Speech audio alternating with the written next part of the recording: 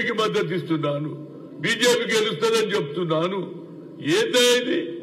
అందులో మా పార్టీని కించపరిచాడు, బయట వాళ్ళకి నేను ఎక్కడన్నా పోనీ టికెట్ల ఇష్యూ కాదు, ఆయన ఇమేజ్ పెరుగుతున్నది, మేము ఎక్కడుంటామో తెలియదు, నాకు లెక్కనే తెలియదు అని బోకస్ ఏదైతే రైట్ రాసిందో దాని మీద నేను తప్పనిసరిగా స్టేట్ ఇక్కడి నుంచి మీడియాతో మాట్లాడిన తర్వాత సైబర్ క్రైమ్ పోయి కంప్లైంట్ చేస్తున్నా, దీని మీద సీరియస్ గా యాక్షన్ తీసుకోవాలి. అదేవిధంగా ఫాల్స్ కంప్లైంట్లు ఫాల్స్ ప్రచురిస్తే యాక్షన్ తీసుకోవాలని అడుగుతున్నా. అదేవిధంగా ఎలక్షన్ కమిషన్ కూడా లెటర్ రాస్తా.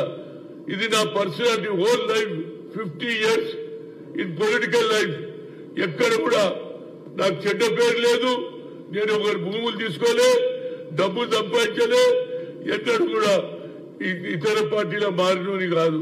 అలాంటి వ్యక్తి మీద ఇది బీజేపీ కావాలని, మరి అది బీజేపీ పేపరా, బీజేపీ సపోర్ట్ తోటి ఇచ్చిండా, దీని మీద బయటికి రావాలి. ఎందుకంటే నరేంద్ర మోడీ చాలా నేను క్లీన్ అంటున్నాడు, కానీ ఈ రాతలేంటి బాబు? ఏ పేపర్ ఇది? ఎవరికి సంబంధం ఉన్నది? ఏ పార్టీతో అనుబంధం ఉన్నది అనేది నేను అడుగుతున్నా. తప్పనిసరిగా దీని మీద సీరియస్ తీసుకుంటున్నా, అతని మీద తప్పనిసరిగా యాక్షన్ తీసుకోవాల్సిందే. ఆ పేపర్ మీద ఇలాంటి బోగస్ స్టేట్మెంట్లు ఇస్తే ఎట్లనండి? మా పరువు తీస్తారా? జీవితాంతం ఒక సెక్యులర్ ఆలోచనతో ఎన్నడూ కూడా పార్టీలు మారకుండా ఉన్న వ్యక్తి మీద ఇలా మీరు డ్యామేజ్ చేస్తే నా పర్సనాలిటీ ఏం కావాలి? నేను రోడ్డు మీద తడుస్తే అరే ఈయన బీజేపీలో పోతుంటారు అంటారా లేదా? నాకు నా పర్సనాలిటీ దెబ్బతిన్నారు కాబట్టి దీని మీద తప్పనిసరిగా ప్రభుత్వం యాక్షన్ తీసుకోవాలి, సైబర్ క్రైమ్ తెప్పియాలి. ఆ పేపర్ ఎవరు రాసిండు, దీని వెనకాల ఎవరున్నారు? బీజేపీ ఉన్నదా, ఆర్ఎస్ఎస్ ఉన్నదా, ఎవరు? ఇది కావాలని హనుమంతరావుకు ఒక మంచి పేరు ఉంది కాబట్టి డ్యామేజ్ చేయాలన్న ఉద్దేశంతో ఈ పేపర్ తీశారు. ఇది అన్ని దాంట్లో వైరల్ అవుతుంది, అన్ని సెల్ ఫోన్లు అవే వస్తున్నాయి. దాని కాపీ చూస్తున్నా. ఇక్కడ నుంచి స్టేట్ అవే ఇది సైబర్ క్రైమ్ కమిషనర్కి ఇచ్చి దీన్ని ఎంత తొందరలో యాక్షన్ తీసుకోకపోతే నేను కమిషనర్ ఆఫీస్ ముందే ధర్నా చేస్తా. రియల్ చెప్తున్నా, నేను చేస్తా అంటే చేస్తా. నేను ఎవరికి భయపడను. నా కల్చరే వేరు, నా ఆలోచన వేరు.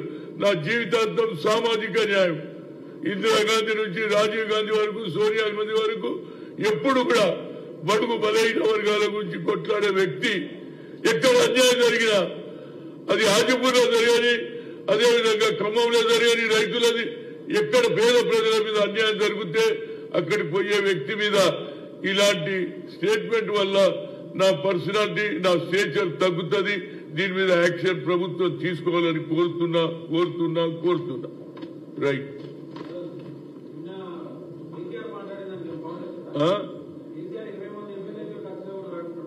ఏమి